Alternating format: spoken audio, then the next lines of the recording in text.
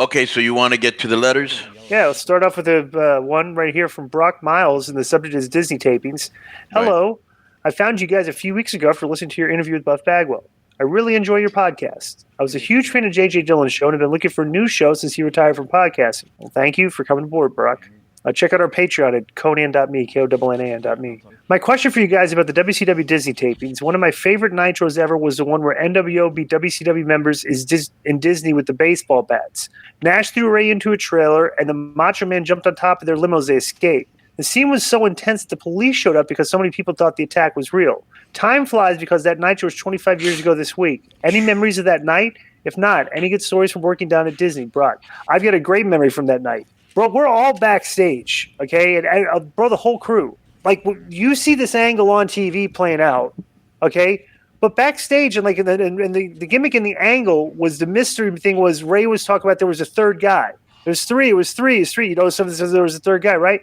Bro, we didn't even know who the third guy was going to be either. Like, none of the crew knew. It's like, they're doing an angle. They're like, we're going, who's the? And everybody's like, who's the third guy going to be? And everybody's like, I have no clue. You know, which is kind of weird. They're like, you're at a show. It's like the last time I can remember a show where everybody just absolutely was being kayfabed and nobody knew what was going to happen. What was going on? Did you get that? Did you get that vibe too?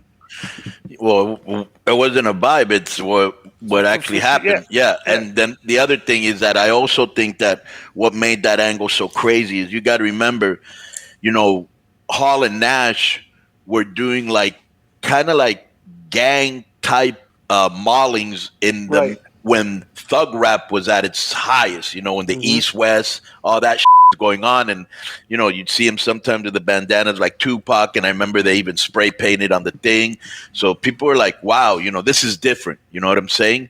And plus you had the right guys to do it. They had so much charisma, and they did call the cops, and that looked great when they picked up Ray and threw him up against the trailer, you know what I'm saying? All that early they did was great. It was believable. It looked good. Yeah. They threw him into the thing. It looked great. The bump looked great. Ray sold it perfectly, and it just looked realistic. And nobody had ever seen anything like that before, which is why I was like, wow, what's going on here? And then cops showing up. Yeah. Right. And that wasn't work, though, wasn't it? No, I mean, as far as it's always been told. No, but didn't the cops come out and surround the ring and stuff? That was a different show, yeah, and they actually like took the little clip off their guns. They all had their hands on their guns, like they were gonna. Right.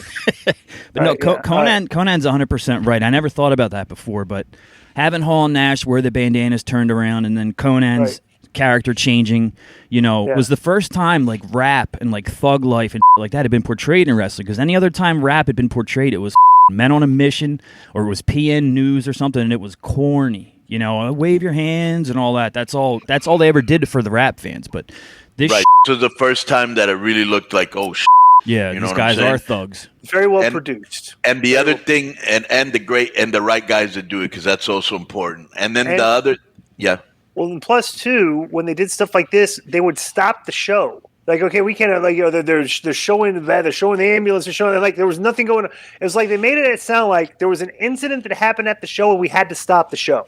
Right. You know what I'm saying? Like, there was nothing else. Like, they did stuff like this. Like, today, you would go back to the ring. Like, perfect example, you know, like Braun Strowman gets like an ambulance, pushes an ambulance on a guy, right?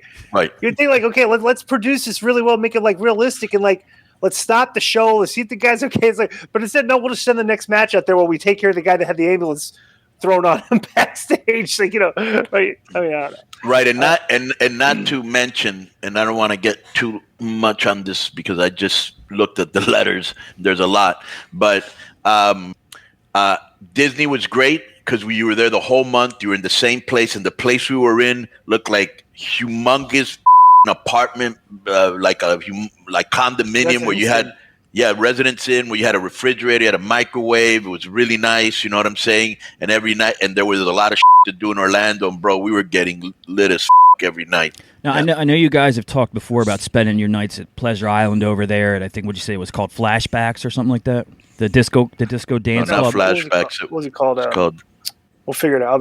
But just real quick, did you guys ever did you ever like have a day where you're like, hey, let's just go to the park? Did you ever actually go around Disney? Yeah, everybody did. When we were at the show, you do it. You would just slip out and go walk around. Yeah. Yeah.